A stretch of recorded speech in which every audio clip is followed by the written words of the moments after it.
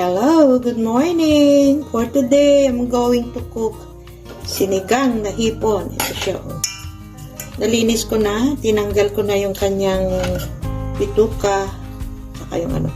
And now, inire-ready ko na yung mga pampalasa. Tomato, tinatanggal ko yung anong buto kasi madaling mapanis ang ulam pag sinama ang buto sa lutuin. So, I have to remove it. Yan, tip kay Mamsi.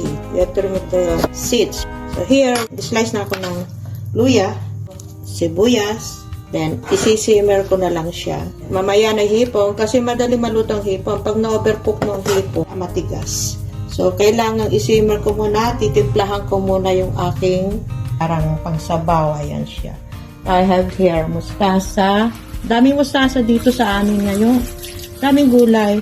Then, I'm going to add also yung iba pang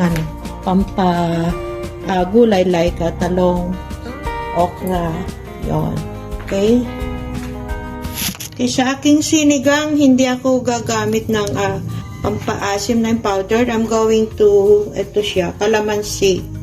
Natural na pampaasim, since walang sampalo, masarap siya. Especially pag ang sinigang ay isda o kaya hipon. Masarap ang kalamansi na pampaasim kaysa yung nor or whatever. Aking sinigang, natimplahan ko na. So, napa-simmer ko na for a few minutes. So, ito na. Lagay ko na yung hipon. Sabay-sabay ko na yan sa gulay kasi sandali lang naman ang luto ng hipon. Ilagay ko na rin yung talong. Tapos yung okra, tsaka konting okra, tsaka sitaw. Kasi marami akong na nilagay. Yung mustasa, madaling maluto yan. So, sandali lang. Lalagyan ko na rin ng sili. Ilagay ko na rin yung mustasa. Yan. Sarap ng aking sinigang. Tsaka ko na ipapaibabaw yung sibuyas. Luto na siya.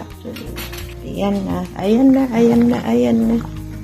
Sarap-sarap. Ayan na. Ayan na. Ayan na.